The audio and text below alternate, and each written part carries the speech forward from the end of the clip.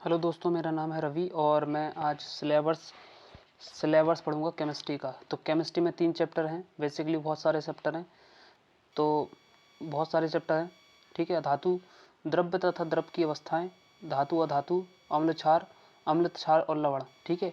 ये तो पढ़ना ही है। इसके बाद अलग अलग से पढ़ना है। तो द्रव्य, पहले विज्ञान क्या होता है, पहले तो हम पढ़ेंगे विज्ञान क्या होता है। पहले पढ़ेंगे विज्ञान। तो विज्ञान क्या होता है, द्रव के बारे में ज्ञान। ज्ञान मतलब ज्ञान मतलब द्रव के बारे में ज्ञान तो प्राप्त करना ही विज्ञान कहलाता है। ठीक है। विज्ञान कहलाता है। विज्ञान 2 प्रकार का होता है, नहीं, द्रव्य 2 प्रकार का होता है, एक सजीव द्रव, एक निर्जीव द्रव, लिविंग मैटर और नॉन लिविंग मैटर। अगर हम सजीव द्रव की बात करें तो इसी को बोलते हैं बायोलॉजिकल साइंस। और बायोलॉजिकल साइंस 2 प्रकार का होता है। बायोलॉजी एक होता है जूलॉजी, जंतु विज्ञान, एक होता है पौधों को, जिसमें क्लोरोफिल होता है, वो जंतु विज्ञान होता है। जूलॉजी जिसे बोलते हैं जिस विदाउट क्लोरोफिल, जंतु विज्ञान, जिसमें विथ क्लोरोफिल होता है, वो बॉटनी कहलाता है। ठीक है। अगर हम कहें नॉन लिविंग में, इसी को हम बोलते हैं फिजिकल साइंस। फिजिकल साइंस में क्या होता है, फिजिकल साइंस अगर फिजिकल साइंस की बात करें तो फिजिकल साइंस होता है फिजिक्स और केमिस्ट्री, 2 भागों में बटा रहता है। और फिजिक्स को ही बोलते हैं भौतिक विज्ञान और केमिस्ट्री बोलते हैं रसायन विज्ञान। ठीक है। निर्जीव द्रव्य को बाहर से देखकर, अगर हम कोई भी निर्जीव द्रव्य को हम बाहर से देखकर उसके ज्ञान प्राप्त करना, बाहरी लक्षणों को प्राप्त करना, जैसे कि आप H2O देखते हो तो H2 मतलब जल होता है। जल का कैसा रंग होता है, बाहर से देख के आप बता दे रहे हैं कि गंधहीन है, स्वादहीन है। इसके बाद कैसा रहता है, सफ़ेद कलर का रहता है, इसके अणुओं की संख्या इतनी होती, वैसा रहता है। ठीक है। बायोलॉजिकली है, इसका नीला का भी कलर हो जाता है। अगर हम केमिस्ट्री की बात करें तो इसके अंदर की गुणों की बात करते हैं, गुणात्मक लक्षणों की बात करते हैं, रासायनिक गुणों की बात करते हैं। ठीक है। केमिस्ट्री, तो केमिस्ट्री में क्या होता है, अंदर की गुणों की बात करते हैं। द्रव्य, अब द्रव की मैटर की परिभाषा होती है ब्रह्मांड की वे सभी वस्तुएं जो कुछ न कुछ स्थान घेरती हैं तथा कुछ न कुछ द्रव्यमान होता है, उसे हम द्रव्य कहते हैं। ब्रह्मांड की वे सभी वस्तुएं जो कुछ न कुछ स्थान घेरती हैं तथा कुछ न कुछ द्रव्यमान होता है, उसे हम द्रव्य कहते हैं। द्रव्य को हम देख सकते हैं, छू सकते हैं तथा महसूस कर सकते हैं। ठीक है। महसूस करते हैं। अगर हम कहें द्रव्यमान फिक्स होता है, ध्यान रखना, जितनी ब्रह्मांड की सभी वस्तुओं में जो होता है तो वो द्रव्यमान फिक्स रहता है, लेकिन वेट हर जगह अलग अलग होता है, नॉट फिक्स। द्रव्यमान तो हर जगह सेम रहेगा, लेकिन बट इसका जो भार होता है, कोई भी वस्तु का भार होता है, वो कभी भी फिक्स नहीं रहता है। अलग अलग स्थानों पर अलग अलग वस्तु का भार अलग अलग होता है। ठीक है। आगे बढ़ते हैं। अगर हम बात करें द्रव्य पदार्थों का वर्गीकरण, क्लासिफिकल और मैटर। ठीक है। द्रव्य 2 प्रकार से बांटा गया, एक भौतिक गुणों के आधार पर, एक होता है रासायनिक गुणों के आधार पर। भौतिक गुणों के आधार पर 5 भागों में बांटा गया। ठीक है। 5 भागों में ठोस, द्रव, गैस, प्लाज्मा और VSF। चौथा अगर हम कहें चौथा प्रकार कौन सा, प्लाज्मा होता है। अगर 5वां प्रकार बोलते हैं तो VFC, इसे बोलते हैं बोस आइंस्टीन कंडेंसेट। ठीक है। अगर हम कहें जे तो होता भौतिक गुणों के आधार पर। अगर हम रासायनिक गुणों के आधार पर कहें तो रासायनिक गुणों के आधार पर अशुद्ध 2 प्रकार बांटा गया है, एक शुद्ध पदार्थ और अशुद्ध पदार्थ। ठीक है। शुद्ध पदार्थ 2 भागों में बांटा गया, तत्व और यौगिक, एलिमेंट और कंपाउंड। अगर हम कहें तत्व की बात करें तो तत्व को भी 2 भागों में बांटा गया, धातु अधातु। ठीक है। धातु, मेटल, नॉन मेटल। अगर हम कहें यौगिक बात है, यौगिक एक प्रकार का शुद्ध होता है। ठीक है। इसमें क्या होता है, यौगिक वो होता है जिसमें निश्चित अनुपात में यौगिक मिले होते हैं, अणुओं की संख्या होती है, निश्चित अनुपात में अणुओं की संख्या या परमाणुओं की संख्या होती है। यौगिक 2 प्रकार के होते हैं, कार्बनिक और अकार्बनिक। अगर हम कहें अशुद्ध पदार्थ क्या होता है, अशुद्ध पदार्थ मिश्रण कहलाता है। और मिश्रण 2 प्रकार के होते हैं, एक समांगी जिसे बोलते हैं होमोजीनियस, और विषमांगी हेट्रोजीनियस। ठीक है। आगे बढ़ते हैं। अगर हम द्रव के वर्गीकरण की बात करें, द्रव के वर्गीकरण में पहला है 2 भागों में बता, द्रव्य के वर्गीकरण को 2 भागों में, एक भौतिक गुणों के आधार पर, एक रासायनिक गुणों के आधार पर। तो भौतिक गुणों के आधार पर 5 भागों में बांटा गया। तो पहला है ठोस, द्रव, तीसरा गैस है, चौथा प्लाज्मा और 5वां VCS, बोस आइंस्टीन। ठीक है। इसके बाद आता है ठोस। अगर हम कहें ठोस में क्या होता है, आकार और आयतन दोनों निश्चित होता है। अगर हम द्रव की बात करें तो जिसमें आकार तो अनिश्चित होता है और आयतन निश्चित होता है। ठीक है। गैस की बात करते हैं, इसमें आकार और आयतन अनिश्चित होता है, दोनों ही अनिश्चित होता है। ठीक है। अगर हम बात करें डिफरेंस की, ठोस, द्रव, गैस में क्या डिफरेंस है, क्या होता है डिफरेंस। अगर हम ठोस द्रव गैस की बात करें, ठोस द्रव गैस, तो ठोस द्रव गैस, ठोस का आकार तथा आयतन दोनों निश्चित होता है और द्रव का आकार अनिश्चित होता है और आयतन निश्चित होता है। द्रव्य जो है जिस बर्तन में डालते हैं उसका आकार ले लेता है और आयतन बिल्कुल सेम रहता है, निश्चित रहता है, ठीक है। अगर हम कहें गैस की बात करें तो गैस का आकार और आयतन दोनों ही अनिश्चित होता है। गैस जिस फॉर्म में डालते तो उसका आकार ले लेता है और उसका आयतन भी चेंज हो जाता है, ठीक है। इनके गुण इनमें अणुओं के बीच दूरी नगण्य होती है। ठोस में क्या होती है, ठोस में अणुओं के बीच दूरी नगण्य नेग्लिजिबल होती है। इसलिए नेग्लिजिबल होने के कारण यहाँ पर आकर्षण बल बहुत ज़्यादा होता है, आकर्षण बल बहुत हाई तरीके से होता है और चिपके रहते हैं, बहुत तेजी से चिपके रहते हैं, अणु आपस में बहुत तेजी से चिपके रहते हैं।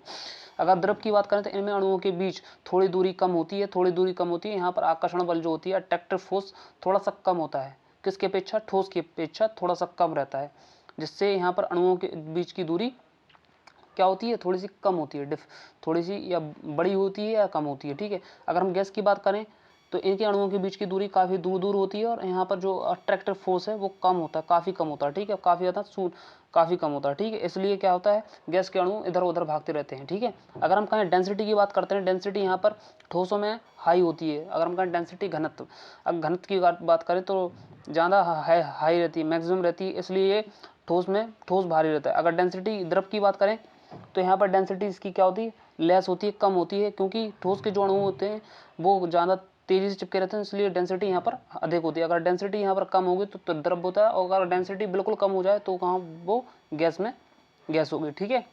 गैसों में डेंसिटी मोर लेस कम होती है, ठीक है। आगे बढ़ते हैं।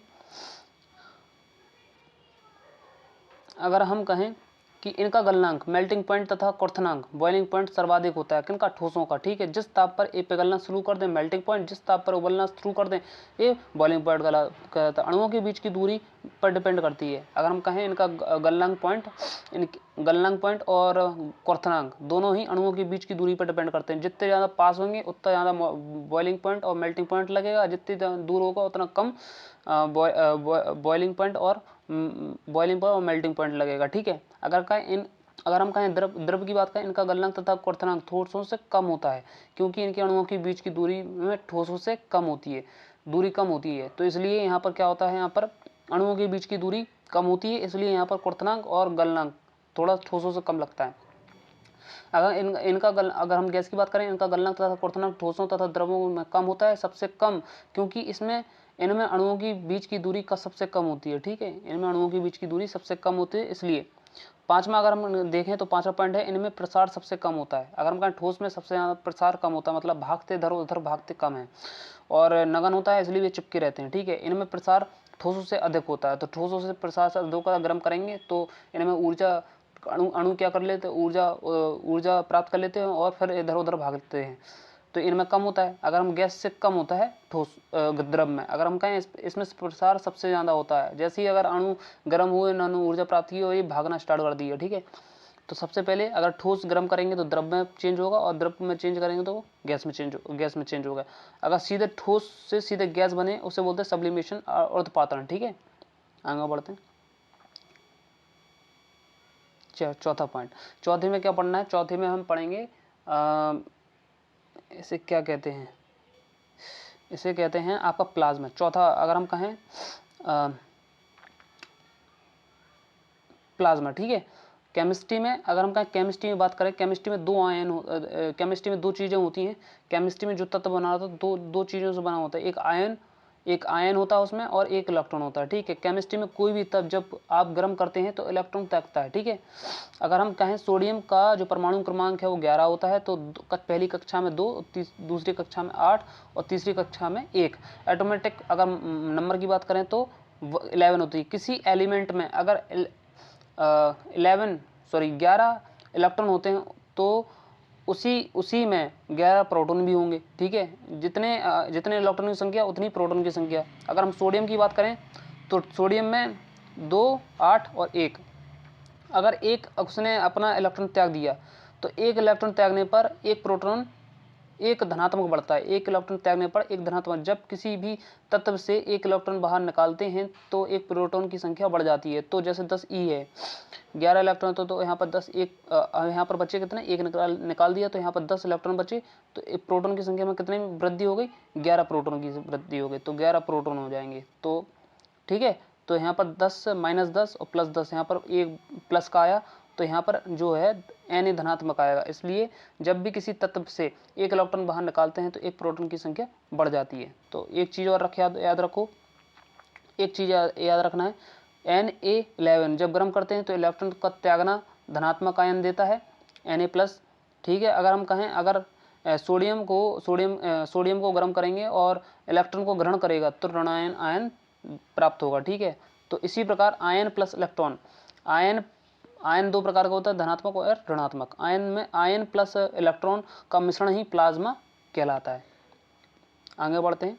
प्लाज्मा की डेफिनेशन, अगर हम प्लाज्मा की डेफिनेशन पता करें तो प्लाज्मा क्या होता है। प्लाज्मा की डेफिनेशन है, जब गैस को अति उच्च ताप 4 से 5000 डिग्री से गर्म किया जाता है तो गैस इलेक्ट्रॉन को त्याग करके आयन का निर्माण करती है। आयनों तथा इलेक्ट्रॉन का यही मिश्रण प्लाज्मा कहलाता है, ठीक है। जैसे तारों की चमक जो क्वेश्चन पूछा जाता है, तारों में चमक प्लाज्मा के कारण ही होती है। ध्यान रखना, तारों में चमकना, तारों का टिमटिमाना प्लाज्मा के कारण ही होता है, ठीक है।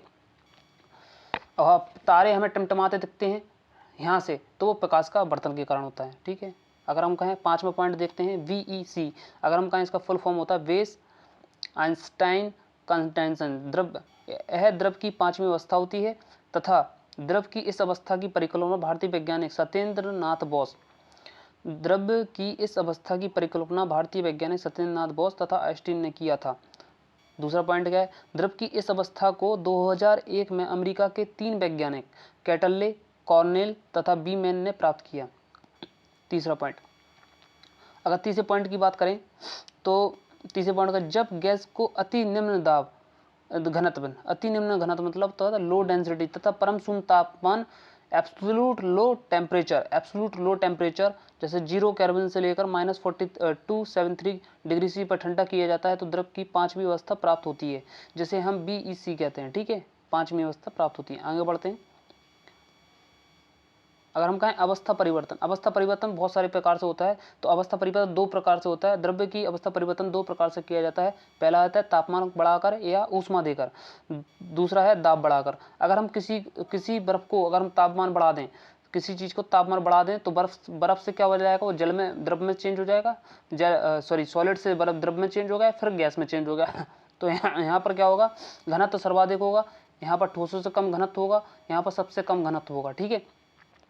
तो गर्म करने पर ऊष्मा प्राप्त कर लेते हैं कोई भी कण गर्म करने पर ऊष्मा प्राप्त कर लेते हैं कण तो गतिज ऊर्जा प्राप्त कर लेंगे और उसमें अणुओं के बीच की दूरी बढ़ जाएगी। तो जैसे जैसे हम गर्म करते रहेंगे तो उसमें क्या होता है, जो अणु होते हैं वो ऊर्जा प्राप्त कर लेते हैं और ऊर्जा प्राप्त करने पर उनकी गतिज ऊर्जा प्राप्त हो जाती है। उनमें अणुओं के बीच की दूरी बढ़ जाती है, ठीक है। दाब बढ़ाकर, अगर कहें दाब बढ़ा दें तो गैस से क्या लिक्विड से सॉलिड में चेंज हो जाता है, ठीक है, दाब बढ़ाने पर। आगे बढ़ते हैं। प्रेशर, दाब मतलब प्रेशर बढ़ाने पर। तो गैस को अगर हम कंप्रेस कर दें तो गैस से लिक्विड से गैस में। एक चीज़ और सीखना है इसमें, अब एक क्वेश्चन आ रहा है कि ठोस का अगर मेल्ट करें तो द्रव में चेंज हो जाएगा और द्रव से हम गैस में चेंज करें तो बाष्पीकरण कहलाता है, एपोपोरेशन, ठीक है। अगर हम कहें गैस से सीधा द्रव में चेंज कर दें तो कंडेंसर कहलाता है और द्रव से ठोस में चेंज कर दें तो फ्रीजिंग कहलाएगा, ठीक है। अगर सीधे अभी क्या है, स्टेट में द्रव पूरा ठोस द्रव गैस आ रहा है, लेकिन एक स्थिति और बनती है जिसमें ठोस से सीधे गैस बनता है और उसे बोलते हैं सब्लिमेशन। तो जब ठोस से सीधे गैस बने ऊर्ध्वपातन कहलाता है। जैसे कपूर का भाप में बदलना गैस में बदल जाना, वो कहलाता है ऊर्ध्वपातन। अगर हम गैस से सीधा ठोस में चेंज हो जाना, गैस का सीधा निक्षेपण कहलाता है, ठीक है, निक्षेपण कहलाता है। ऊर्ध्वपातन क्या कहलाता है, जब कोई द्रव गर्म करने पर ठोस अवस्था से बिना द्रव अवस्था में आए सीधे गैसीय अवस्था में परिवर्तित होता है तो उस प्रक्रिया में ऊर्ध्वपातन कहलाता है। जैसे कपूर हो गया, नौसादर को ही क्या कहते हैं, अमोनियम क्लोराइड NH4Cl, ठीक है। आयोडीन को बोलते हैं आयोडीन भी एक प्रकार का क्या होता है, सीधा ठोस से सीधा गैस में चेंज होता है। अगर हम आयोडीन को गर्म करेंगे तो सीधा क्या करता है, ठोस से सीधा गैस में चेंज होता है। नोट, अगर द्रव को गर्म करने पर उनका घनत्व घटता है, ध्यान रखना, द्रव्य को गर्म करने पर अगर उनका द्रव्य को गर्म करने पर उनका घनत्व घटता है तो तथा आयतन बढ़ जाता है तो आयतन बढ़ता है, घनत्व घटता है तो आयतन बढ़ता है। द्रव को गर्म करने पर, दूसरा पॉइंट है, द्रव को गर्म करने पर उनके अणुओं के बीच की दूरी बढ़ने लगती है। दूरी, मतलब उनके बीच में स्पेस आने लगता है और आकर्षण बल भी घटने लगता है। ठीक, आगे बढ़ते हैं। चौथी क्लास है रासायनिक गुणों के आधार पर। हम कहें देखो हमने कौन कौन से अभी हमने पढ़ते आपके द्रव भौतिक गुणों के आधार पर पढ़ लिए, ठीक है। हमने अब रासायनिक गुणों के आधार पर आधार पर द्रव का वर्गीकरण। दो प्रकार का होता है, एक शुद्ध पदार्थ, एक होता है अशुद्ध पदार्थ। शुद्ध पदार्थ दो प्रकार के होते हैं, एलिमेंट और एक होता है कंपाउंड, तो तत्व और अवयव। अगर हम कहें अशुद्ध पदार्थ की बात करें तो इसमें इसी को बोलते हैं मिश्रण, इसी बोलते हैं संगामी मिश्रण, इसे बोलते हैं होमोजीनियस और विषमांगी। अगर हम तत्व की बात करें, तत्व एलिमेंट बात करें तो यह एक प्रकार का शुद्ध पदार्थ होता है। तत्व और अयौगिक दोनों ही शुद्ध पदार्थ होते हैं। यह एक प्रकार का शुद्ध पदार्थ होता है। तत्व वह पदार्थ होता है जो एक ही प्रकार के परमाणुओं से मिलकर बने होते हैं। किसके? एक ही प्रकार के परमाणुओं से मिलकर बने होते हैं। जैसे फॉर एग्जांपल हाइड्रोजन हो गया, हीलियम हो गया, लिथियम हो गया, बेरिलियम हो गया, बोरोन हो गया, कार्बन हो गया, nitrogen, oxygen, fluorine, neon, sodium, magnesium, aluminium, silicon, phosphorus, sulphur, chlorine, organ. जितने इलेक्ट्रॉन की संख्या होती है इन सभी में, इन तत्वों में जितने इलेक्ट्रॉन की संख्या होती है उतनी ही प्रोटॉन की संख्या होती है। तत्वों के प्रतीक कैसे दिए जाते हैं, कैसे बनाए जाते हैं? तत्वों के प्रतीक तीन प्रकार से बनाए जाते हैं। तत्वों के प्रतीक तीन प्रकार बनाए जाते हैं। फर्स्ट, पहला पॉइंट, तत्व के नाम का पहला अक्षर कैपिटल में लेटर में लिखा जाता है। दूसरा पॉइंट, जब दो या दो से अधिक तत्वों के नाम एक ही अक्षर शुरू हो तो उनके नाम का पहला अक्षर तथा दूसरा अक्षर उनका प्रतीक होगा। तो पहला अक्षर कैपिटल लेटर होगा, दूसरा अक्षर स्मॉल लेटर होगा। तीसरा, कुछ तत्वों के प्रतीक उनकी लैटिन भाषा के नाम पर रखा जाता है। ठीक है, जैसे कि for example sodium, potassium, copper, iron, gold, silver, mercury. तो सोडियम का Na तो इसे बोलते हैं नेट्रम। पोटेशियम का K, पोटेशियम P होना चाहिए लेकिन बट क्या आया, K आया तो उसे बोलते हैं कैलियम। कॉपर को Cu तो कॉपरम। आयरन का Fe फेरम। G का गोल्ड Ag औरम, और सिल्वर का Ag और मर्क्यूरी की Hg। बहुत सारे ऐसे तत्व होते हैं जिनका लैटिन भाषा में रखा जाता है उनका नाम। ठीक है, तत्वों के वर्गीकरण। अगर हम तत्वों के वर्गीकरण की बात करें, तत्वों के वर्गीकरण धातु और अधातु रूप में भी होता है। तो तत्वों का वर्गीकरण दो तरीके होता है, धातु, मेटल और नॉन मेटल। मेटल वो होते हैं जो ऊष्मा तथा विद्युत के सुचालक होते हैं, कंडक्टर, तो गुड कंडक्टर होते हैं। अगर हम अधातु की बात करें तो ऊष्मा के विद्युत के कुचालक होते हैं, इंसुलेटर होते हैं, गुड इंसुलेटर होते हैं। ठीक है, इनमें एक और कैटेगरी आती है उपधातु, जो कंडक्टर भी होते हैं और अधातु होते हैं, दोनों ही के बीच की अवस्था होती है, उपधातु में कहलाती है। अगर हम बताएं धातु और अधातु के बारे में अंतर, धातु और अधातु के बारे में अंतर, तो ये ऊष्मा तथा विद्युत के सुचालक होते हैं, अर्थात इसमें ऊष्मा एवं विद्युत का चालन आसानी से हो जाता है। इसी प्रकार दूसरा क्वेश्चन, ये ऊष्मा तथा विद्युत के कुचालक होते हैं, अर्थात इसमें ऊष्मा तथा विद्युत का चालन आसानी से नहीं होता। एक इंपॉर्टेंट लाइन है इसमें, ए इलेक्ट्रॉन को त्याग कर धनायन बनाने की प्रवृत्ति रखते हैं। कौन? धातु। जो इंपॉर्टेंट पॉइंट है, ए इलेक्ट्रॉन को त्याग कर धनायन बनाने की प्रवृत्ति रखते हैं, और अधातु क्या करते हैं? ए इलेक्ट्रॉन को ग्रहण करके ऋणायन बनाने की प्रवृत्ति रखते हैं। तो जैसे कि फॉर एग्जांपल देखो, सोडियम के जो सोडियम है, सोडियम का परमाणु क्रमांक 11 है, तो इलेक्ट्रॉन कितने होंगे यहाँ पर? 11 इलेक्ट्रॉन क्या होंगे? इलेक्ट्रॉन की संख्या 11 होगी। तो यहाँ पर पहली कक्षा में 2, दूसरी कक्षा में 8, तीसरी कक्षा में 1।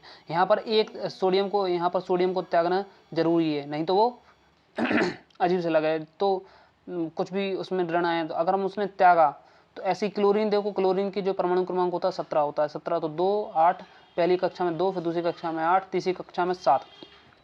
अगर यहाँ पर देखें तो यहाँ पर सोडियम के पास एक एक्स्ट्रा है, एक इलेक्ट्रॉन है, यहाँ पर एक एक्स्ट्रा इसको चाहिए इसे ग्रहण करने के लिए। तो अगर सोडियम त्याग दे तो दूसरे का भला हो जाएगा। तो सोडियम जैसे त्यागेगा तो यहाँ पर Na+ धनायन आ जाएगा, एक धनायन आ जाएगा, और जो ग्रहण कर लेगा तो यहाँ पर क्या आ जाएगा?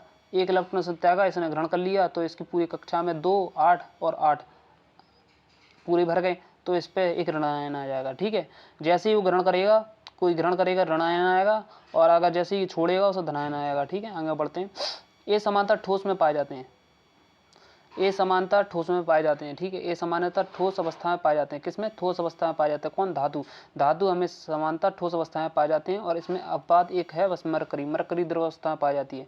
और अधातु क्या होती है? ये समानता गैसीय अवस्था में पाई जाती है। बस दो अपवाद है इसमें। आयोडीन एक ऐसा है ठोस अवस्था में पाया जाता है, वैसे गैस अवस्था में पाना चाहिए था लेकिन ठोस अवस्था में। ब्रोमीन द्रव अवस्था में पाया जाता है। ठीक है, गैस अवस्था पाना द्रव अवस्था। इसका घनत्व और गलनांक क्वथनांक उच्च होता है। अगर हम धातु की बात करें, धातु में घनत्व हो गया, गलनांक क्वथनांक उच्च होता है।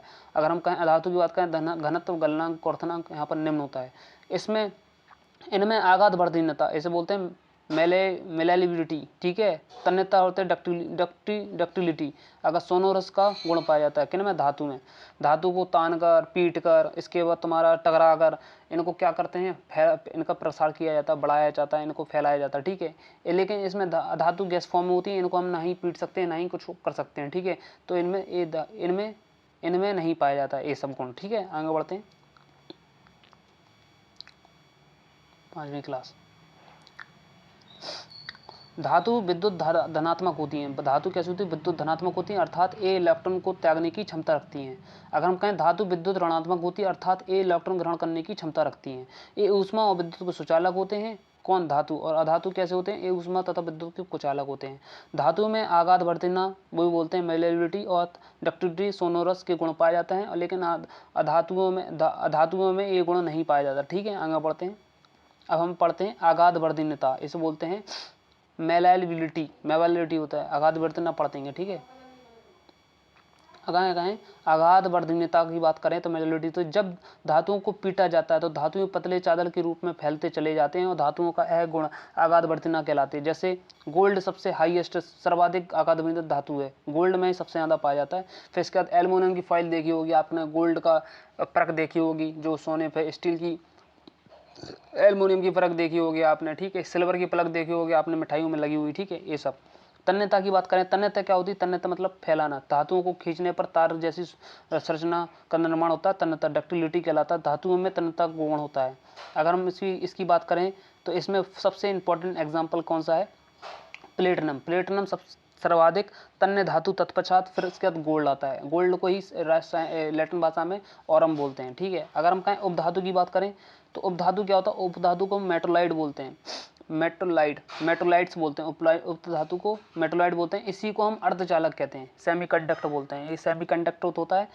अगर हम कहें धातु किसकी होती है, सुचालक होती है। धातु चालक कम होते हैं, धातु चालक कम होते हैं, जैसे फ्री इलेक्ट्रॉन होते हैं। धातु चालक में क्या होते हैं, फ्री इलेक्ट्रॉन होते हैं, इसमें फ्री होते हैं। किसमें, इसमें फ्री इलेक्ट्रॉन होते हैं। अधातुएं कुचालक होती हैं, ठीक है। अधातुएं कुचालक होती हैं, इसमें फ्री इलेक्ट्रॉन नहीं होता है, इसमें फ्री इलेक्ट्रॉन नहीं होता है, इसमें ग्रहण किया जाता है, ठीक है। तो एक क्वेश्चन बनता है यहाँ पर, कुछ तत्व ऐसे होते हैं जो धातु और अधातु के बीच के गुण को प्रदर्शित करते हैं, इन्हें ही अर्धचालक या उपधातु कहा जाता है, ठीक है। फॉर एग्जाम्पल सुचालक कैसे होता है, उपधातु में सुचालक कैसे होती है, अगर हम कहें उपधातु में कम होती है सुचालक, अगर हम कहें उपधातु में कुचालक अधिक होते हैं, ठीक है। आगे बढ़ते हैं। इसके बहुत सारे उदाहरण हो गए उपधातु के उदाहरण में अगर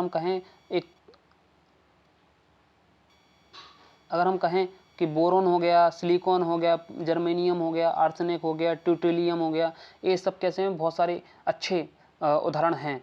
कुछ तत्व ऐसे होते हैं जो धातु अर्धचालक या उपधातु के उदाहरण हैं, बोरोन, सिलिकॉन, जर्मेनियम, आर्सेनियम। आगे बढ़ते हैं यौगिक। अब यौगिक पढ़ते हैं। यौगिक क्या होता है, यौगिक को बोलते हैं कंपाउंड, हिंदी में इंग्लिश में बोलते हैं कंपाउंड। यह भी एक प्रकार का शुद्ध पदार्थ होता है। यौगिक और तत्व दोनों ही शुद्ध पदार्थ होते हैं, तो यह भी एक प्रकार का शुद्ध पदार्थ होता है। यौगिक क्या होता है, यौगिकों को तत्वों का अनुपात निश्चित अनुपात में होता है। यौगिक में तत्वों का अनुपात जो होता है निश्चित अनुपात में होती है, तभी यौगिक बनेगा। जैसे हाइड्रोजन, अगर हम जैसे हम कहें कि जल में क्या होता है, जल में जो H होता है, दो तरह के अणु होते हैं। एक होता है मॉलिक्यूल होता है, एक होता है H और O। इसमें अनुपात के निश्चित अनुपात में मिला रहता है, निश्चित अनुपात 2 अनुपात में ही तभी जल बनेगा, ठीक है। जल का निर्माण जब होगा जब H की 2 वैल्यू और O की वैल्यू 1। हर कोई H और O कभी भी जल तब नहीं होगा जब निश्चित अनुपात ना हो, ठीक है। निश्चित अनुपात ना हो तो वह यौगिक नहीं कहलाएगा, वो मिश्रण कहलाएगा, ठीक है। तो जैसे C6H12O6, तो C का और H का O का यहाँ पर निश्चित अनुपात में मिलाया गया। C को कार्बन की मात्रा 1 है, H की मात्रा 2 है और O की मात्रा 1 है। तो निश्चित 2 या 2 से अधिक तत्व जब एक निश्चित अनुपात में मिलते हैं तो यौगिक का निर्माण होता है। यौगिक 2 समानता प्रकार के होते हैं। यौगिक समानता 2 प्रकार के होते हैं। यौगिक कितने होते हैं, यौगिक होते हैं, यौगिक समानता 2 प्रकार के होते हैं। एक होता है कार्बनिक यौगिक, एक होता है अकार्बनिक यौगिक।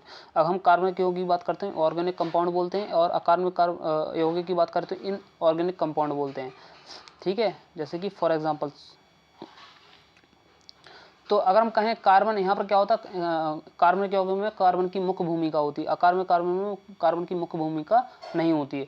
जैसे CH4 हो गया, ग्लूकोज हो गया, C6H12O6 हो गया, फिर इसके बाद इथेनॉल हो गया, H2S5OH हो गया, इसके बाद एसिटिक होता है CH3COOH एसिटिक हो गया।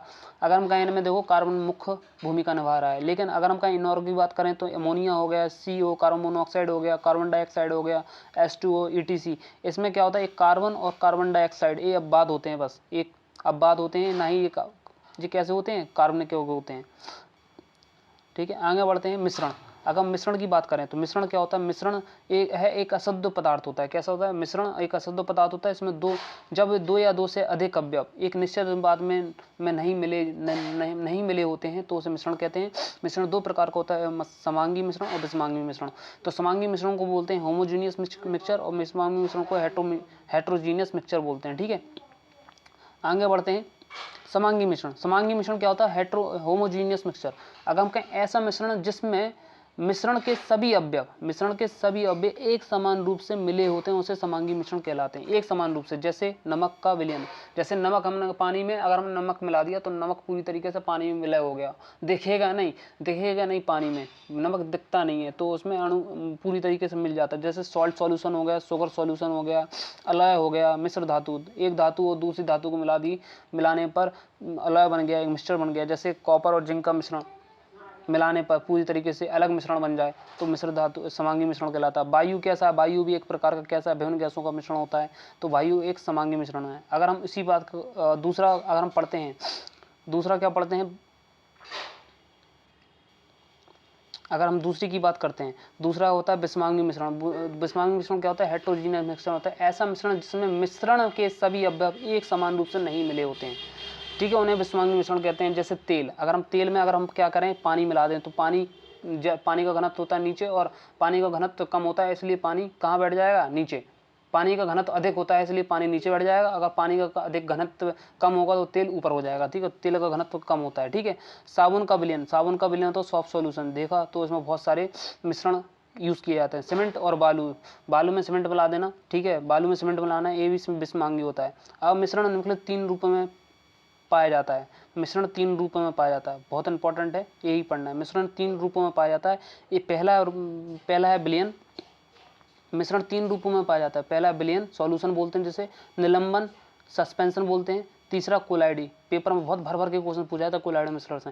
कोलाइडी विलयन, कोलाइडी सॉल्यूशन बोलते हैं। ठीक है, अगर हम कहें विलयन की बात करें तो विलयन क्या होता है, अगर हम कहें विलयन की बात करें तो विलयन और निलंबर और कोलाइडी विलयन में अंतर समझाएंगे। तो ठीक है, तो 1 नैनोमीटर बराबर 10⁻⁻9 मीटर होता है। ठीक है, 1 नैनोमीटर। तो अब विलयन और निलंबन और कोलाइडी विलयन के बारे में पढ़ते हैं। ठीक है, अगर हम कहें इनके अणुओं का, विलयन की बात करें तो विलयन इनके अणुओं का आकार 1 नैनोमीटर से भी कम होता है विलयन में। अगर हम निलंबन की बात करें तो इनमें अणुओं का आकार 100 नैनोमीटर से अधिक होता है। अगर हम कोलाइडी विलयन की बात करें, इनके अणुओं का आकार 1 nm से अधिक 1 nm से अधिक होगा और 100 nm से कम होता है, इसलिए यहाँ पर सूक्ष्मदर्शी का यूज़ किया जाता है।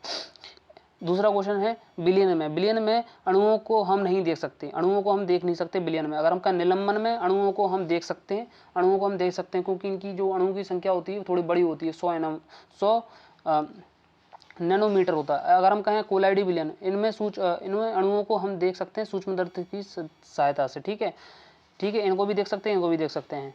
तो विलयन कैसा होता है, विलयन एक समांगी मिश्रण होता है और निलंबन कैसा होता है, विषमांगी मिश्रण होता है। अगर हम कोलाइडी विलयन की बात करें, ये विषमांगी मिश्रण होता है। तो 2 विषमांगी, निलंबन और कोलाइडी विलयन कैसे होते हैं, विषमांगी, और विलयन कैसा होता है, समांगी। एक इंपॉर्टेंट है विलयन क्या होता है, टिंडल प्रभाव प्रदर्शित नहीं होता है। इसमें क्या होता है, विलयन में टिंडल प्रभाव प्रदर्शित नहीं होता है, लेकिन निलंबन में टिंडल प्रभाव प्रदर्शित नहीं, निलंबन में भी टिंडल प्रभाव प्रदर्शित नहीं होता है, निलंबन में भी टिंडल प्रभाव प्रदर्शित नहीं होता, लेकिन कोलाइडी विलयन में टिंडल प्रभाव प्रदर्शित होता है, इसलिए बहुत ज़्यादा इंपॉर्टेंट होता है ये। आगे बढ़ते हैं। टिंडल प्रभाव क्या होता है, टिंडल इफेक्ट, इसकी खोज करता टिंडल ने की थी। विलयन के अणुओं को, अब टिंडल प्रभाव क्या होता है, विलयन के अणुओं से टकराकर प्रकाश किरण पुंज का बिखर जाना, स्कैटरिंग कर देना टिंडल प्रभाव कहलाता है। जैसे मान लिया एक विलयन, एक कोलाइडी, हमने एक एक वस्तु ली, एक हमने पात्र लिया, पात्र में कोलाइडी विलयन भरा हुआ है, कोलाइडी विलयन भरा, यहाँ पर कोलाइडी विलयन भरा, यहाँ पर प्रकाश डाला, तो ये प्रकाश में यहाँ पर अणु हैं, कोलाइडी विलयन में एक अणु है, बहुत सारे अणु हैं, ठीक है, जो कि 1 nm से 100 nm से छोटे, तो इसमें अणु हैं। जैसे ही प्रकाश गए तो इसमें टकराया, टकराने पर ये क्या आता है, प्रकाश फैल जाता है, स्क्रैटिंग कर देता है, प्रकाश फैल जाता है, ठीक है, तो इसी बोलते हैं टिंडल इफेक्ट। अगर हम कहें विलयन की बात करें तो विलयन क्या, सब विलयन सॉल्यूशन क्या होता है, समांगी मिश्रण होते हैं। विलयन की जितने भी विलयन होंगे सभी ही समांगी मिश्रण होते हैं। जैसे सॉलिड में सॉलिड मिला देना, ठोस में ठोस मिला देना, मिश्र धातु बनती है। जब सॉलिड में लिक्विड मिला देंगे तो क्या बनता है, जैसे नमक का घोल, चीनी का घोल, ठीक है, चीनी का विलयन, ये सभी क्या कहलाते हैं, सॉलिड में लिक्विड मिला तो विलयन कहलाएगा। लिक्विड में लिक्विड मिला दिया, जैसे एल्कोहल हो गया, एल्कोहल में वाटर मिला दिया, बिगिनर भी देखा, लिक्विड में लिक्विड मिला देना, ठोस में ठोस मिला देना, सॉलिड में लिक्विड मिला देना, 3 एफिशिएंसी बनती हैं। विलयन और भी बनते हैं। अगर हम विलयन की बात करें तो विलयन में एक और भी इंपॉर्टेंट है, लिक्विड में गैस मिला देना। लिक्विड में अगर हम गैस मिला देंगे तो लिक्विड में अगर हम गैस मिला दें तो कार्बोनेटिक ड्रिंक, जैसे कार्बोनेटेड ड्रिंक हो गई, सोडा होगा, सोडा वाटर, कोका कोला हो गया, बियर हो गया, ये सब चीज़ें इंक्लूड करती हैं। अगर हम गैस में गैस मिला दें तो गैस में वायु बनती है, एयर बनती है, ठीक है, जैसे कि फॉर एग्जांपल गैस में गैस। अगर हम कोलाइडी विलयन, यही पेपर में आता है, ठीक है, कोलाइडी विलयन की बात करते हैं तो कोलाइडी विलयन क्या होता है। अगर हम कोलाइडी विलयन की बात करें तो कोलाइडी विलयन बहुत इंपॉर्टेंट है। कोलाइडी विलयन की बात करें तो कोलाइडी विलयन का निर्माण निम्नलिखित घटकों से बना होता है। पहला होता है परिचित प्रवस्था और एक होता है परिक्षेपण माध्यम, जिस माध्यम में किसी चीज़ को घोला जाता है, तो परिक्षेपित प्रवस्था को डिस्पर्स्ड फेज बोलते हैं, और परिक्षेपण माध्यम को क्या बोलते हैं, डिस्पर्जन मीडियन बोलते हैं। माध्यम मतलब मीडियन। तो जो विलय होता है, जैसे फॉर एग्जांपल विलयन कैसे बना होता है, विलयन तब बनता है जब विलय और विलायक मिलकर बनाते हैं। तो विलय बनता है चीनी क्या होता है, जब हम जल में विलय करते हैं तो जल क्या होता है, विलायक, और विलय होता है चीनी, तो बनता है विलयन। इसी प्रकार कोलाइडी बनता है। तो कोलाइडी में क्या होता है, 2 तत्व बने होते हैं, एक परिक्षेपित जैसे चीनी ले ली, परिक्षेपित डिस्पर्ड बोलते हैं, किसी चीज़ को किसी माध्यम में घोल देना, परिक्षेपण होता है माध्यम, ठीक है, ध्यान रखना। तो परिक्षेपित और परिक्षेपण जैसे जल, तो परिक्षेपण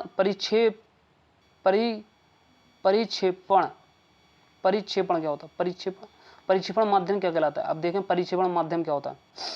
परिक्षेपण माध्यम यह माध्यम होता है। परिक्षेपण मीडियम क्या होता है, डिस्पर्जन मीडियम क्या होता है, एक माध्यम होता है, एक माध्यम तो जिसमें परिक्षेपित प्रवस्था निलंबित डिस्पर्जन होती है, ठीक है। जैसे कि फॉर एग्जांपल अब बहुत सारे इधर नोट्स बना देंगे, यहाँ पर होता है परिचित प्रवस्था लिख देंगे, परिचित प्रवस्था उदाहरण के लिए यहाँ पर परिक्षेपण माध्यम लिख देंगे, यहाँ पर कोलाइडी विलयन का नाम क्या बनेगा, इसमें उदाहरण लिख देंगे। इसके बाद अगर हम परिचित द्रव लेंगे और द्रव को हम गैस में मिला दें, अगर हम कहें द्रव ये माध्यम है, गैस माध्यम है और द्रव विलय है, ठीक है। तो जब माध्यम में विलय प्रक्षेपण कर देते हैं, मिला देते हैं, तो एरोसोल बनता है। क्या बनता है, एरोसोल। और एरोसोल का उदाहरण होता है यहाँ पर कोहरा, बादल, कुहासा। ठोस में जब गैस मिला देंगे तो एरोसोल बनेगा। तो जैसे ठोस में गैस बना दिए तो स्मोक बनेगा, वाहनों से निकला हुआ धुआं बनेगा। गैस में अगर हम गैस में द्रव बना दें, गैस में द्रव मिला दें, गैस द्रव में मिला देंगे तो क्या बनता है, किसका निर्माण होता है, फॉर्म का, झाग का निर्माण होगा। जैसे सेविंग फॉर्म हो गई, सेविंग क्रीम हो गई, ठीक है। इसके बाद अगर द्रव में द्रव मिला दें, जो इंपॉर्टेंट है, द्रव में द्रव मिला दें तो इमल्सन बनता है। तो इमल्सन क्या होता है, एक रासायनिक पायस होता है, इमल्सन बनता है। जैसे दूध हो गया, दूध बनेगा, दूध है, मक्खन है, ठीक है। इसके बाद होगा ब्लड भी, द्रव में द्रव मिल गया तो ब्लड हो गया, स्टार्च सॉल्यूशन हो गया, ये सभी। इसके बाद एक और चीज़ बनती है अग्निशामक। यहाँ पर द्रव में द्रव मिलाने पर एक अग्निशामक गैसें भी बनती हैं, CCl4, इसी बोलते हैं कार्बन टेट्राक्लोराइड, ठीक है, कार्बन टेट्राक्लोराइड। आगे बढ़ते हैं जी, आ गया पूरा माध्यम, ठीक है। कोलाइडी विलयन का निर्माण परिक्षेपित प्रवस्था विलय कहलाता है, ठीक है, और परिक्षेपण माध्यम विलायक कहलाता है। जिसमें घोला जाता है वो विलायक कहलाता है, और जिसको जो घोलना है वो विलय है, ठीक है। आगे बढ़ते हैं। अब एक और आता है इसमें नोट, इसी में क्या है, दूध से क्रीम। अगर हम कहें किसी भी मिश्रण को कैसे अलग करते हैं, ये सब चीज़ें याद करना है। तो जब हम किसी मिश्रण को कैसे अलग करते हैं, जब कोई, ठीक है, जब हम दूध से क्रीम निकालना अपकेंद्र बल के कारण होता है, सिद्धांत पर काम करता है। किस सिद्धांत पर काम करता है? दो प्रकार के बल होते हैं, एक होता है अपकेंद्र बल, एक होता है विकेंद्र बल। जो सेंटर पर लगे, जो बल सेंटर पे फोकस करे, सेंटर फोकस होते बोलते हैं सेंट्रीपिटल फोर्स। Centripetal force. अगर हम कहें जो बल सेंटर से विपरीत दिशा में लगे उसे बोलते हैं उपकेंद्र बल। उपकेंद्र बल होता है, इसे बोलते हैं सेंट्रीफ्यूगल फोर्स। इसे केंद्र के विपरीत दिशा में लगता है, केंद्र की विपरीत दिशा उपकेंद्र बल, और जो सेंटर के अंदर केंद्र की ओर लगे वो सेंट्रीपिटल फोर्स। ठीक है। जब कोई पिंड वृत्त को केंद्र मानकर वृत्त के केंद्र के चारों ओर परिक्रमा करता है, चारों ओर परिक्रमा करता है, तो ठीक है, चारों ओर परिक्रमा करता है तो क्या बनता है? एक आकृति निर्माण होती है। ठीक है, परिक्रमा वृत्तीय माप यह बनता है। ठीक है। अब देखो दूध से क्रीम कैसे निकलती है? दूध से क्रीम कैसे निकलती है? जब घनत्व कम होगा, तो जब घनत्व, अगर मान लो किसी मक्खन को मथाया, मक्खन को नहीं, दूध को मथाया तो क्या होता है? जब दूध में क्रीम की जो होती है घनत्व कम होता है, इसलिए वो ऊपर आ जाती है, और जैसे ही उसका घनत्व ज़्यादा होगा वो नीचे चला जाएगा। ठीक है, आगे बढ़ते हैं। हम कहें सेंट्रीफ्यूगल फोर्स क्या होता है? केंद्र की विपरीत दिशा में लगता है। ठीक है, आगे बढ़ते हैं। परमाणु संरचना। अब हम परमाणु संरचना की बात करें। परमाणु संरचना एक टॉपिक है, परमाणु इट इज बोलते हैं एटॉमिक स्ट्रक्चर। तो देखो जितने भी तत्व हैं, जितने भी प्रकृति में जितने भी वो पड़े पदार्थ होते हैं, वो पदार्थ किससे बने होते हैं? यौगिक किससे बने होते हैं? तत्वों से बने होते हैं। और तत्व किससे बनते हैं? मॉलिक्यूल्स, अणुओं से बने होते हैं। और अणु किससे बने होते हैं? परमाणु से बनते हैं। और हम कहें पदार्थ की सबसे छोटी इकाई परमाणु, किसने कहा? डाल्टन ने कहा। परमाणु एटम कहा जाता है, स्मॉलेस्ट यूनिट ऑफ पदार्थ की। मैटर की सबसे छोटी इकाई होती है परमाणु। परमाणु की उत्पत्ति एटमोस से होती है, और इसी को बोलते हैं इंडिविजुअल्स। इसको अभिभाज्य नहीं किया सकता है। ये कौन कहते हैं? डाल्टन कहते हैं। तो डाल्टन का परमाणु मॉडल ने कहा परमाणु के संबंध में, अगर हम कहें परमाणु के संबंध में, पहला मॉडल 808 ईस्वी में जॉन डाल्टन ने नामक वैज्ञानिक ने प्रस्तुत किया था। इनके अनुसार क्या था? पहला पॉइंट पढ़ते हैं। तो सभी पदार्थ परमाणु से मिलकर बने होते हैं। ठीक है, पहला पॉइंट है ये, सभी पदार्थ परमाणु से मिलकर बने होते तथा किसी रासायनिक अभिक्रिया में परमाणु भाग लेते हैं। जब किसी रासायनिक अभिक्रिया में परमाणु भाग लेते हैं, जब किसी रासायनिक क्रिया में परमाणु भाग लेते हैं, तो पहला बोलते हैं डाल्टन का परमाणुओं के संबंध में पहला मॉडल 808 ईस्वी में जॉन डाल्टन ने ही वैज्ञानिक ने प्रस्तुत किया था। इनके अनुसार क्या था? पहला पॉइंट, सभी पदार्थ परमाणु से मिलकर बने होते हैं। वो कहते हैं सभी पदार्थ जितने भी हैं वो परमाणु बने होते हैं, और किसी भी रासायनिक क्रिया में क्या भाग लेते हैं? परमाणु ही भाग लेते हैं, ना कि पदार्थ। तो परमाणु भाग लेते हैं। तो पदार्थ से बने यौगिक,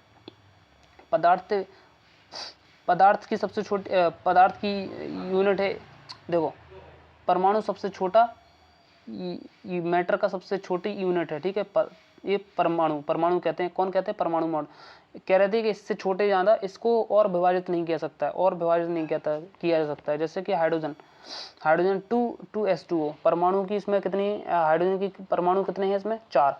अगर हम कहें O2 परमाणु कितने हैं? 2। इसमें जो मिलकर बना है, इसमें रासायनिक क्रिया हुई तो जल का निर्माण हुआ। ठीक है, जल का निर्माण हुआ। दूसरा पॉइंट क्या है? दूसरा, परमाणु एक प्रकार का अविभाज्य कण होता है। परमाणु क्या होता है? एक प्रकार का अविभाज्य कण, मतलब एक और तोड़ा नहीं जा सकता। परमाणु एक प्रकार का अविभाज्य कण होता है जिससे और छोटे कणों में नहीं किया जा सकता है। किसी भी रासायनिक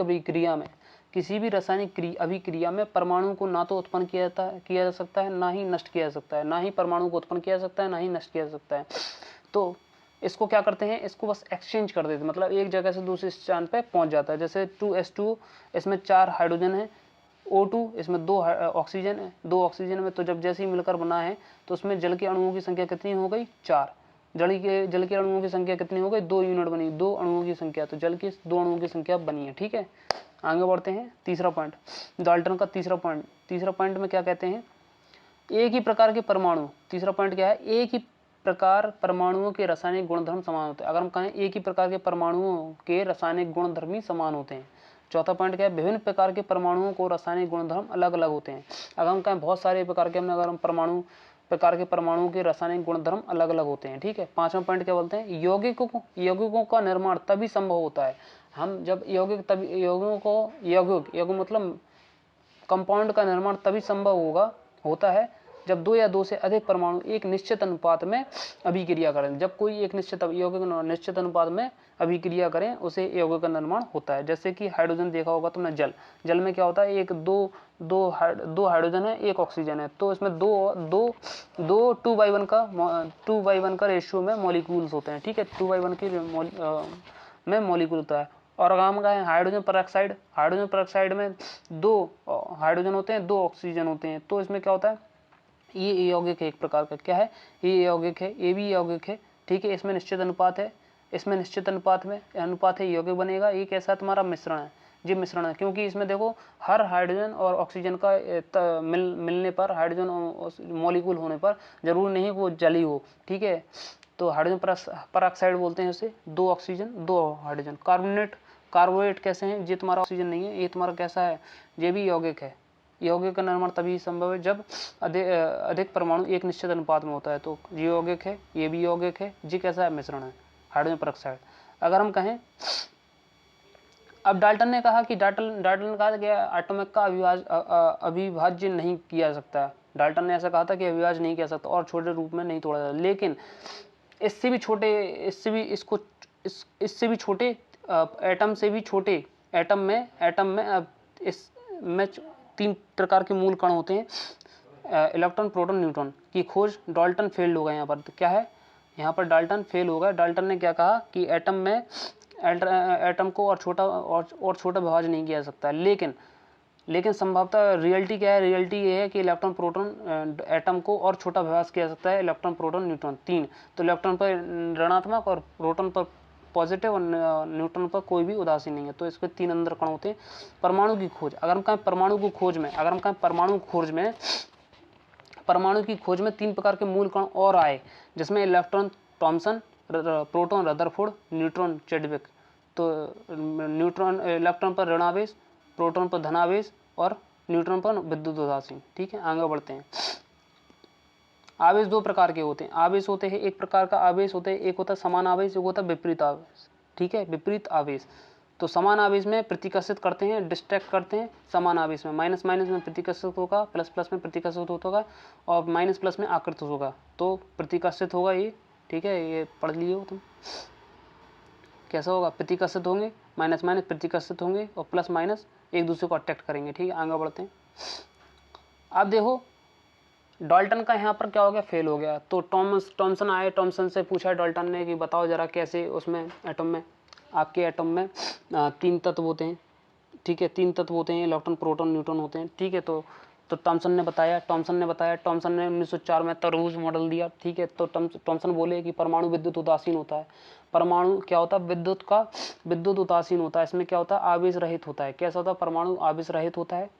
ठीक है, खोखला नहीं होता है, परमाणु खोखला नहीं होता है, क्योंकि परमाणुओं में क्या होती है, इलेक्ट्रॉन की संख्या जितनी होगी उतनी ही प्रोटॉन की संख्या होगी, तो ये आपस में कट के तो उदासीन बनाते हैं, न्यूट्रल बनाते हैं। जैसे कि सोडियम लिया हमने, सोडियम में इलेक्ट्रॉन की संख्या, परमाणु क्रमांक कितना होता है, 11 होता है परमाणु क्रमांक, तो इलेक्ट्रॉन की संख्या 11, प्रोटॉन की संख्या, तो इनमें आपस में जैसे काटेंगे तो न्यूट्रल बन जाता है।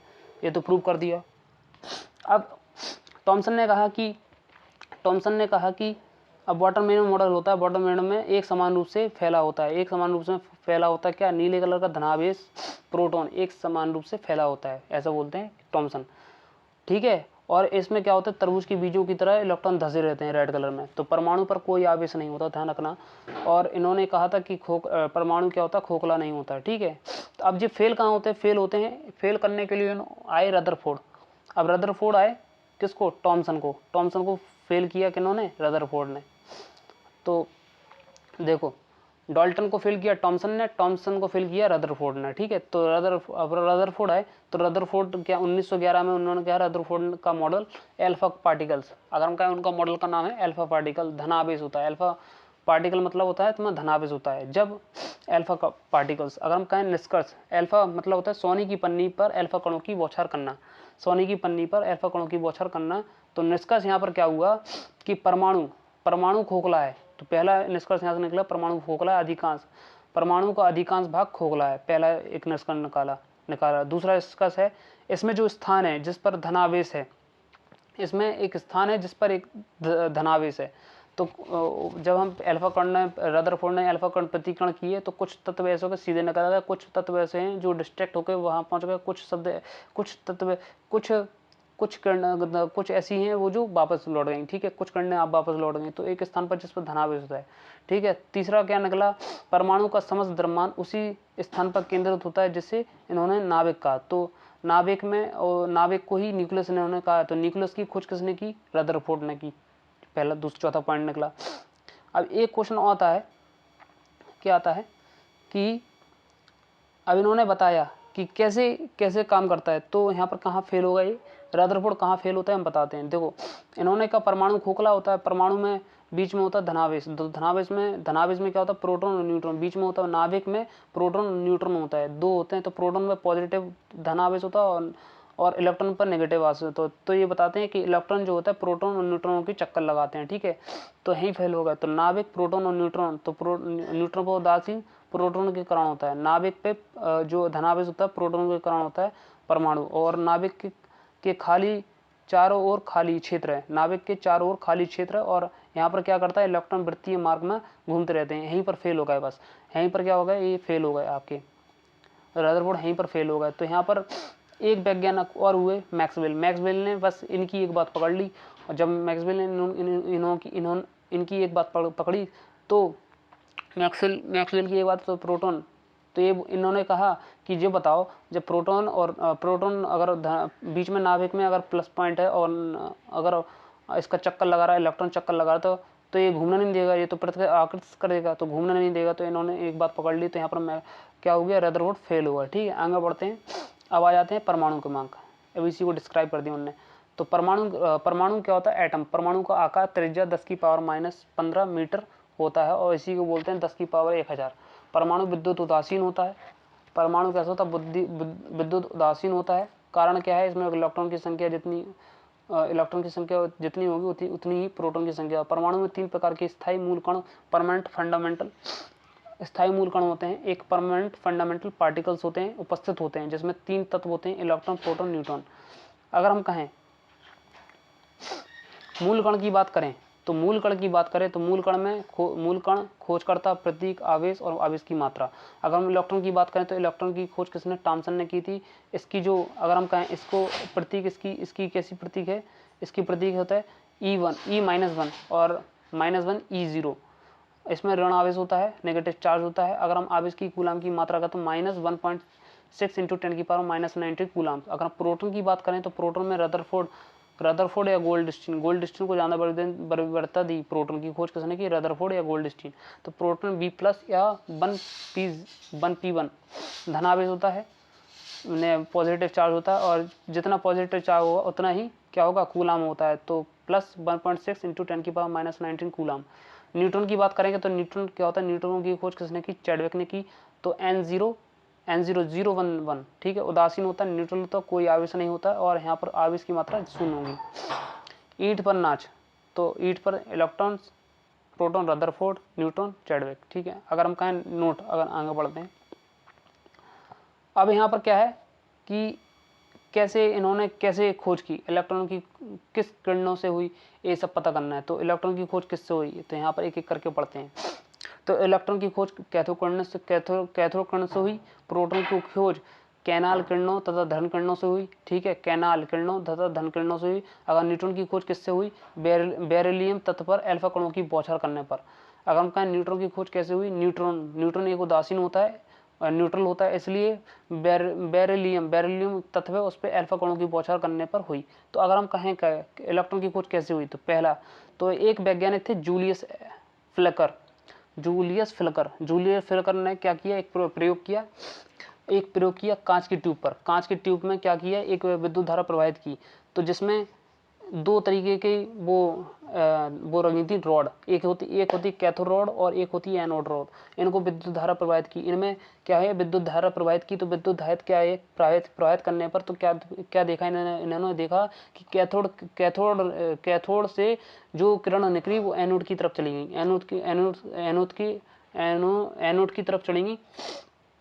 और तो क्या है, तो इससे पता चलता है कि कैथोड पर क्या है, नेगेटिव है, और और एनोड पर धनावेश है, तो कैथोड पर कौन सा है, ऋणावेश है। ध्यान रखना कैथोड पर कौन सी ऋणावेश होता है। तो इन्हीं ने एक टॉमसन ने बताया कि कैथोड रे छोटे छोटे कणों से इलेक्ट्रॉन से बनी होती है। ठीक है, कैथोड किरण किससे, इलेक्ट्रॉन से बनी होती है। तो इलेक्ट्रॉन पर, और यहीं से टॉमसन ने इलेक्ट्रॉन की खोज की। ठीक है, टॉमसन ने इलेक्ट्रॉन की खोज की। ठीक है, आगे बढ़ते हैं। अब इसी प्रकार गोल्डस्टीन, अब उनका गोल्डस्टीन ने क्या किया है, इन्होंने किया है तुम्हारी प्रोटॉन की खोज। अगर प्रोटॉन की खोज कैसे की, अब देखो इन्होंने भी एक प्रयोग किया, इन्होंने दूसरा प्रयोग किया यहाँ पर प्रोटॉन की खोज कैसे हुई। तो प्रोटॉन की खोज कैसे हुई, कैनाल और धन कणों की सहायता से इन्होंने प्रोटॉन की खोज की। तो देखो यहाँ पर विसर्जन नली ट्यूब ली, किसने, गोल्डस्टीन ने विसर्जन नली ट्यूब ली, इसमें विद्युत धारा प्रवाहित की। एक इन्होंने क्या किया कि कैथोड में छेद कर दिए, कैथोड प्लेट में इन्होंने छेद कर दिए, और फिर यहाँ पर क्या है, कैथोड प्लेट ली और यहाँ पर एनोड प्लेट ली। तो कैथोड पर होता है नेगेटिव ऋण आवेश, और एनोड पर क्या होता है, प्लस आवेश। तो इन्होंने गर्म किया, तो कैथोड से जो रेज निकली वो वापस क्या की, वापस छेद की सहायता से वापस निकलकर यहाँ पर देखी। तो यहाँ पर जो है प्रतिकर्षित तभी होगा जब प्लस प्लस होंगे। तो यहाँ पर क्या है, तो जो कैनाल निकली, तो कैनाल किरणों में क्या होगा, धनावेश चार्ज है, कैनाल किरणों पर धनावेश चार्ज है, वो वापस लौटकर आ जाती हैं। इसलिए यहाँ पर कैनाल धन किरणों का यह पता चला, छोटे छोटे किरणों से मिलकर बनी होती है, जिससे प्रोटॉन की खोज की। तो प्रोटॉन की खोज किसने की, गोल्डस्टीन ने की, और कैनाल किरणों तथा धन किरणों की सहायता से इसमें धनात्मक चार्ज होता है, इसलिए उन्होंने वापस निकाला। कैथोड में नेगेटिव चार्ज होता है, इसलिए वो क्या है, प्लस माइनस में आकर्षित हो जाती है। आगे बढ़ते हैं। चैडविक, तीसरा प्रयोग है चैडविक। न्यूट्रॉन की खोज कैसे हुई, बेरिलियम तत्व पर अल्फा कणों की बौछार करने पर न्यूट्रॉन की खोज हुई। तो जैसे कि बेरिलियम के चार तत्व और हीलियम के दो तत्व, हीलियम के दो परमाणु क्रमांक 2 और 4 तत्व। जब हम किसी में अल्फा कण डालते हैं, अल्फा कण से अभिक्रिया कराते हैं, तो C6C12 और एक न्यूट्रॉन निकल जाता है बाहर। तो ध्यान रखना हीलियम का नाभिक ही अल्फा कण कहलाता है, हीलियम का नाभिक ही अल्फा कण कहलाता है। तो ध्यान रखना हीलियम का नाभिक ही अल्फा कण कहलाता है। तो बेरिलियम तत्व अल्फा कणों की बौछार करने से न्यूट्रॉन की खोज हुई। तो 4B9 + 2He4, और यहाँ पर बनता है, यहाँ पर जो अभिक्रिया होगी वो 6C12 और एक न्यूट्रॉन निकलेगा। तो जब किसी तत्व में एक अल्फा कण बाहर निकलता है, तो परमाणु क्रमांक में 2 की कमी और परमाणु भार में 4 की कमी हो जाती है। ठीक है, तो ध्यान रखना हीलियम का नाभिक ही अल्फा कण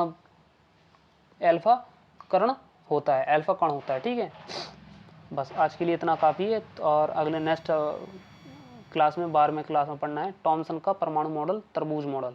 तो उसके बारे में बताया, टॉमसन का तरबूज मॉडल के बारे में लिखना पड़ेगा। ठीक है, बस इतना ही काफ़ी है। धन्यवाद।